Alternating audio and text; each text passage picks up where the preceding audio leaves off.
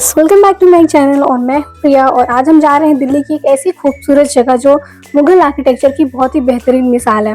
हर दिल्ली में रहने वाले इंसान का सपना होता है एक बार यहाँ पर जरूर जाना, और मेरा भी सपना आज पूरा होने वाला है क्योंकि आज हम जा रहे हैं हुमायूं टॉम्ब। इस व्लॉग में मैं आपको दिखाऊंगी हुमायूं टॉम्ब की खूबसूरती, उसकी पीछे की कहानी और आप कैसे यहाँ पर बहुत ही आसानी से पहुँच सकते हैं।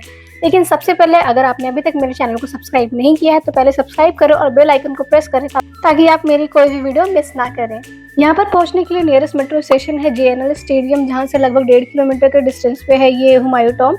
यहाँ से आप वॉक करके आ सकते हो या रिक्शे भी मिल जाएंगे। आप टिकट काउंटर से भी टिकट ले सकते हो, पर मैं आपको सजेस्ट करूँगी ऑनलाइन टिकट बुक कर लो ताकि आप इस लाइन में ना लगना पड़े आपको।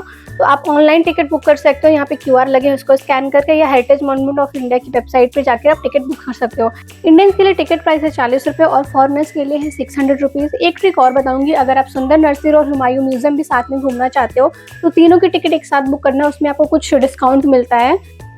हुमायूं टॉम्ब सुबह 6 बजे से लेकर रात के 10 बजे तक खुला रहता है। सुबह आने का फायदा ये है कि यहाँ पर भीड़ कम होती है और सनसेट के टाइम पे यहाँ का जो व्यू होता है ना, वो that I can not explain, बहुत ही ज़्यादा सुंदर होता है।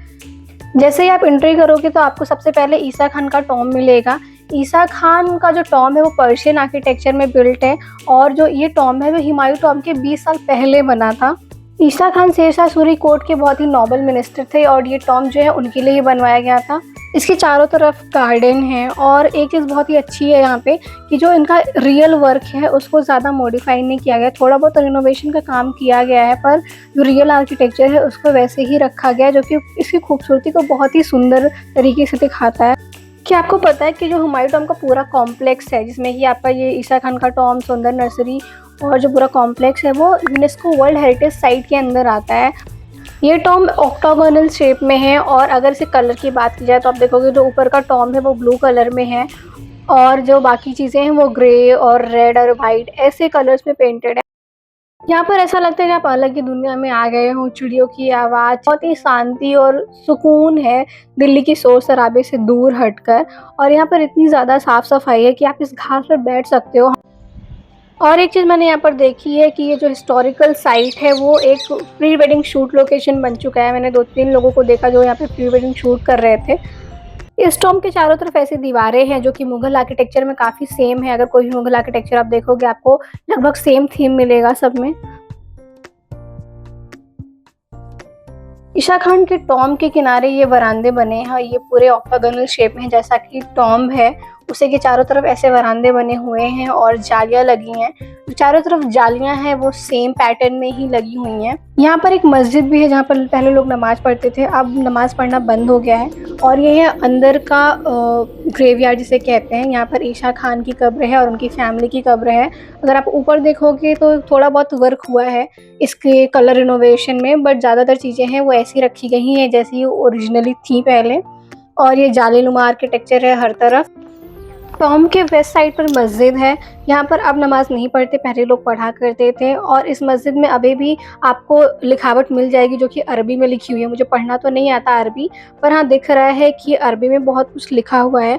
और इस जो मस्जिद का जो फेस है वो मक्का की तरफ है, जिधर पर बैठकर लोग नमाज पढ़ते हैं। ईसा खान का टॉम्ब देख लिया है, तो अब चलते हैं हुमायूं टॉम्ब की तरफ जिसके लिए हम आए हैं। काफ़ी भीड़ है इस वक्त यहाँ पर क्योंकि जनवरी और फेब में ज़्यादा लोग आते हैं दिल्ली घूमने, और जो लोग दिल्ली घूमने आते हैं वो हुमायूं टॉम्ब ज़रूर घूमते हैं। तो एक छोटा सा इंट्रोडक्शन है जैसे ही आप इंटर करोगे, और ये है यहाँ की grand entry. Look at the view guys, अगर जो एंट्रेंस है वो इतना सुंदर है तो टॉम्ब कितना सुंदर होगा। Now I am getting more excited.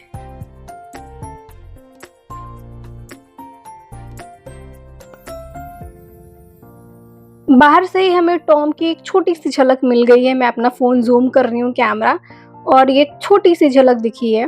तो आप जैसे एंट्री लोगे उसके पहले ही आपको लेफ़्ट और राइट दोनों साइड पे छोटा सा इंफॉर्मेशन सेंटर मिल जाएगा, या आप कह सकते हो कि जो भी हिस्ट्री है हुमायूं टॉम्ब की आपको वहाँ ये देखने को मिलेगी। पूरा कॉम्प्लेक्स डिफाइन है कि किस साइड पे कौन सा टॉम्ब है, और सुंदर नर्सरी है, बहुत सारी चीज़ें हैं जो कि बहुत ही अच्छे से डिस्क्राइब किया गया है यहाँ पे। हुमायूं टॉम्ब सिर्फ एक मॉन्यूमेंट ही नहीं है, एक प्यार का बहुत ही जीता जागता उदाहरण है, क्योंकि ये जो टॉम्ब है वो हुमायूं की एक्सीडेंटल डेथ के बाद उनकी बेगम हामिदा बानो बेगम ने बनवाया था। और ताजमहल का जो डिज़ाइन और आर्किटेक्चर है वो हुमायूं टॉम्ब से काफ़ी इंस्पायर्ड है। एक चीज़ जो मुझे यहाँ पे बहुत ही यूनिक लगी वो है ब्रेल लेटर में इंस्क्रिप्शन। यहाँ पे जितनी भी डिटेल्ड इन्फॉर्मेशन है, इंट्रोडक्शन है, वो ब्रेल स्क्रिप्ट में भी लिखा हुआ है, विच इज़ वेरी इंस्पायरिंग। आपको पता है कि हुमायूं टॉम्ब को डॉर्मेट्री ऑफ द मुगल भी कहा जाता है, क्योंकि यहाँ पर 150 से ज़्यादा मुगल फैमिली के लोगों की कब्रें हैं। एंट्री करते ही आपको दिखेगा ये प्यारा सा फाउंटेन, जहाँ पे एक कैनल बनी है जो कि कनेक्ट होती है इस हुमायूं टॉम्ब से।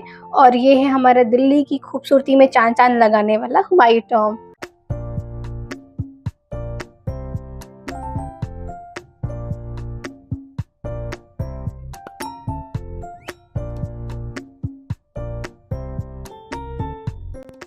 दूर से बहुत देख लिया, अब चलते हैं ऊपर और ऊपर से खूबसूरती का नज़ारा देखते हैं।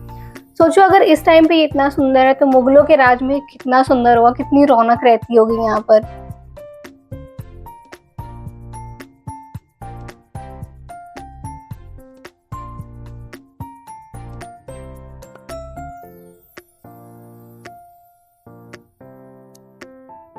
ऊपर आने के लिए यहाँ पर मल्टीपल स्टेयर्स हैं जो कि हर डायरेक्शन में हैं, तो आपको परेशान नहीं होना पड़ेगा, आप किसी भी डायरेक्शन से ऊपर आ सकते हो।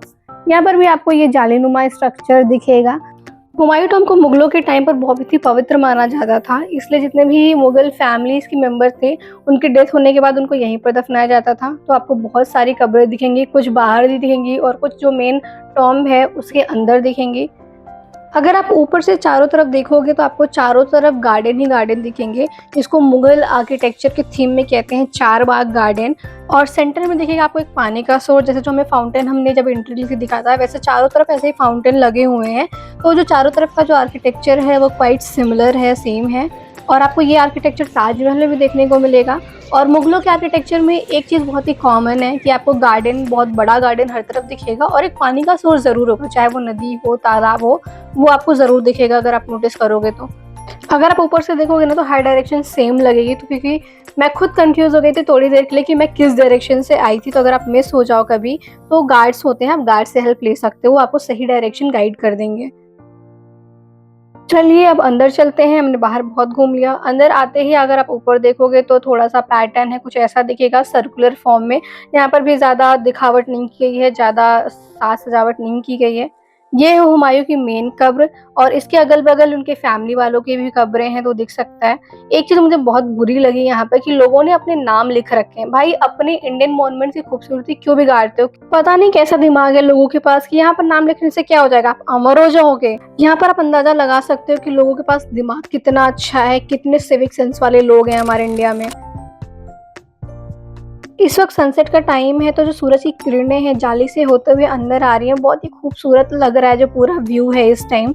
और अगर आप बाहर से भी देखोगे ना तो सनसेट का जो व्यू है यहाँ पे बहुत ही ज़्यादा सुंदर होता है। अगर आपको कभी मौका मिले तो ज़रूर आना है, सनराइज़ के टाइम पे आना या सनसेट के टाइम पर आना, दोपहर की भीड़ को अवॉइड करना। वैसे ये सीढ़ियाँ काफ़ी डेंजरस हैं क्योंकि इनकी जो ऊंचाई है काफ़ी ज़्यादा है, तो नीचे उतरना है या ऊपर आना है तो बहुत संभल के आना पड़ता है। दोस्तों एक ही बात बोलूंगी, अगर आप दिल्ली में हो तो इस मॉन्यूमेंट को जरूर विजिट करो। एक परफेक्ट मिक्स है हिस्ट्री, आर्किटेक्चर और ब्यूटी का। मुझे उम्मीद है कि आपको ये ब्लॉग पसंद आया होगा और अगर आपको कोई सवाल है तो कमेंट में जरूर बताएं। मिलते हैं अगले ब्लॉग में एक इंटरेस्टिंग जगह के साथ। और अगर आपने अभी तक मेरे पहले के वीडियोस चेक नहीं किए हैं तो एक बार चेक जरूर करना। तब तक के लिए take care, bye bye, thanks for watching.